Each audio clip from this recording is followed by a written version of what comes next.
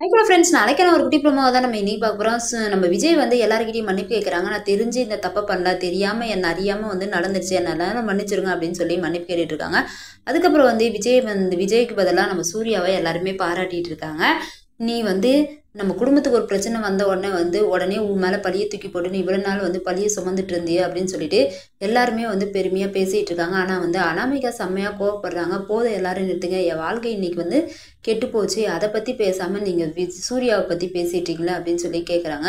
தயவு சொல்கிற விஜய், நீ என்கிட்ட பேசவே பேசாத, எனக்கு நம்பிக்கை துரோகம் பண்ணிட்ட, என் வாழ்க்கையே கெடுத்துட்ட அப்படின்னு சொல்லி பயங்கரமாக சண்டை போட்டுட்ருக்காங்க. இதுக்கு மேலே ஒரு நிமிஷம் கூட நான் வாழ மாட்டேன் அப்படின்னு சொல்லிட்டு கோவப்பட்டு கிளம்பிடுறாங்க.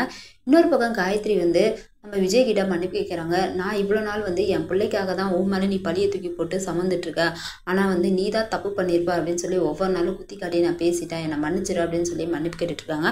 அதோட ப்ரோமோ முடிச்சிருக்காங்க. வரைவி சொல்ல பல சுவாரஸ்யமான கதைகளை பார்க்கலாம். சேனல் மிஸ்னா லைக் பண்ணுங்கள், சப்போர்ட் பண்ணுங்கள், மறக்காமல் சப்ஸ்கிரைப் பண்ணிடுங்க.